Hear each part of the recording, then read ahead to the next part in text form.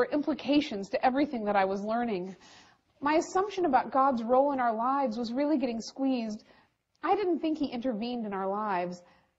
I didn't think He was necessary for us to evolve. I tried not to think of the implications, but come on, it was impossible not to. Then one day, I was commenting out my tub, and I thought, what if it's true? What if humans are here because of pure random chance? What if there is no guiding hand? No external regulation, no one watching. It's clearly possible that this may be true. In fact, this is what our scientific evidence is pointing towards. But if it were true, what would that mean? I realized I had spent so much time thinking about what God meant that I hadn't really spent any time thinking about what not God meant. A few days later, I was walking from my office in my backyard into the house, and I suddenly realized that there was this teeny-weeny voice whispering inside my head. I'm not sure how long it had been there, but it suddenly got just 1 decibel louder, and it whispered, "There is no God." I tried to ignore it, but it got a little louder. There is no God. There is no God.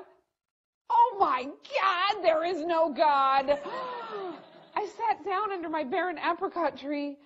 I didn't realize, by the way, that trees are like people. They stop reproducing when they get older. Maybe that fig tree that Jesus condemned to death was just menopausal. Anyway, I sat there and I thought, okay, I admit it. I do not believe that there is enough evidence to continue to believe in God. I mean, the world behaves exactly as you would expect it would if there were no supreme being, no supreme consciousness, no supernatural. So my best judgment tells me that it's much more likely that we invented God rather than God inventing us. And I shuddered. I felt like I was slipping off the raft.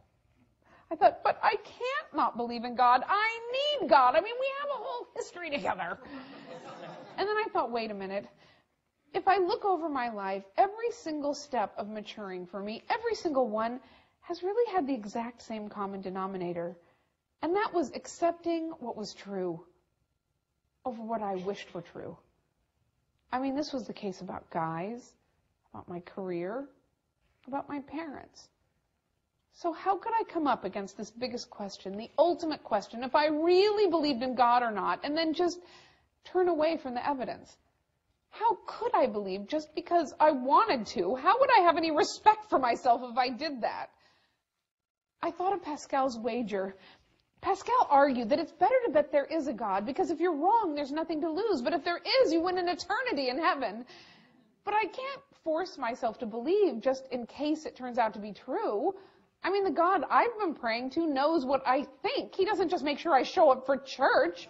How could I possibly pretend to believe? I mean, I might be able to convince other people, but surely not God. And plus, if I lead my life according to my own deeply held moral principles, what difference did it make if I believed in God or not? And why would God care exactly that I believed in Him? And then I thought, but I don't know how to not believe in God. I don't know how you do it. How do you get up? How do you get through the day?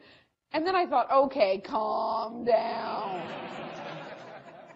Let's just put on the not believing in God glasses for a moment, just for a second. Just put on the no God glasses, take a quick glance around, and then immediately throw them off.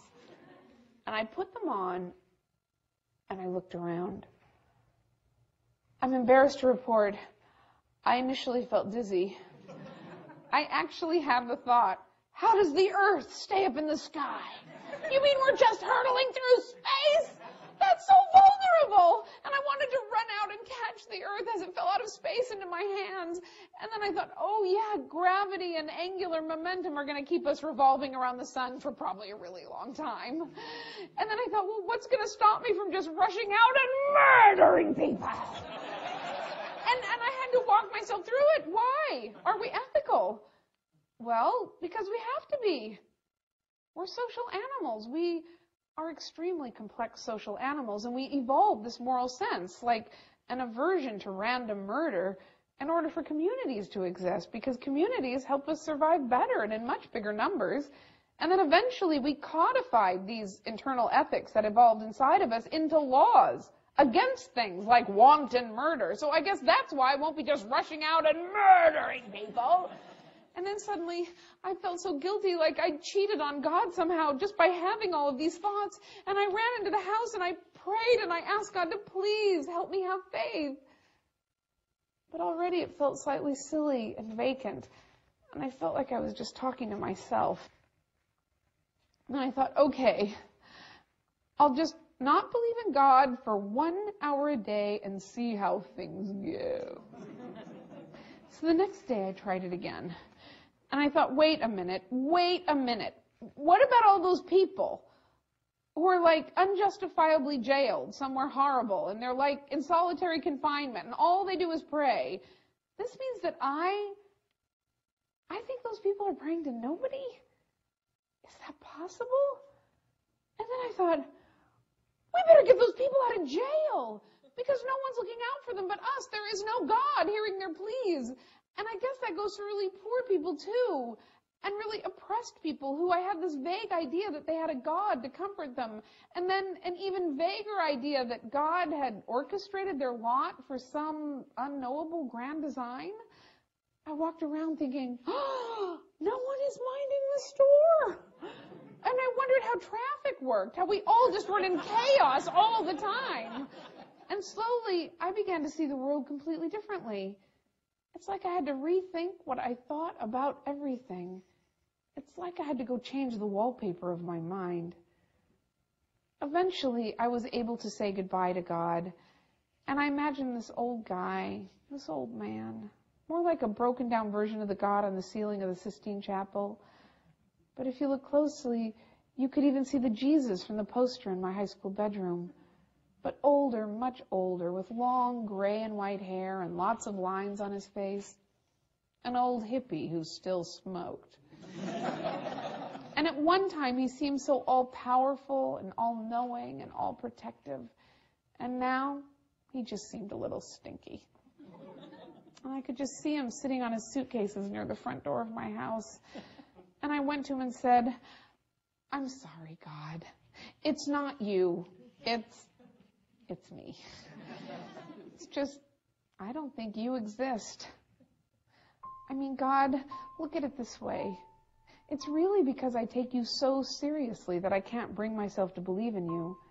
If it's any consolation, it's sort of a sign of respect. So sit here for a while if you want to.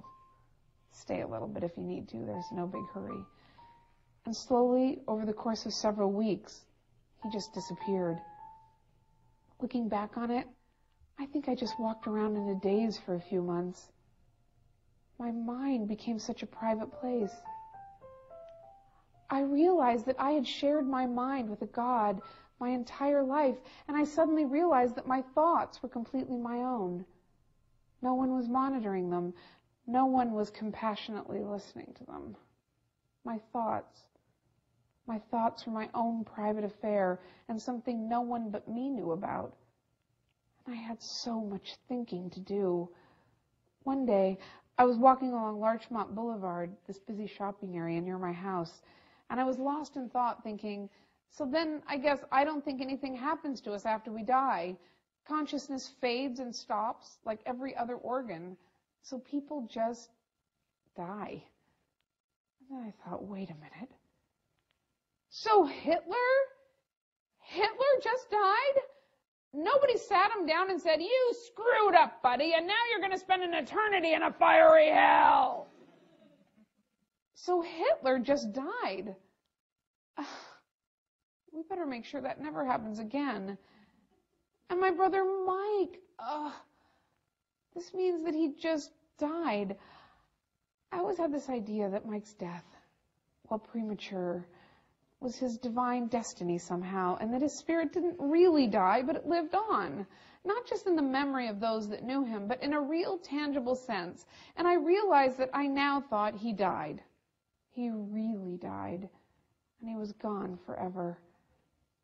And then I realized I had to go back and basically kill off everyone I ever met who died, who I guess I didn't think really died.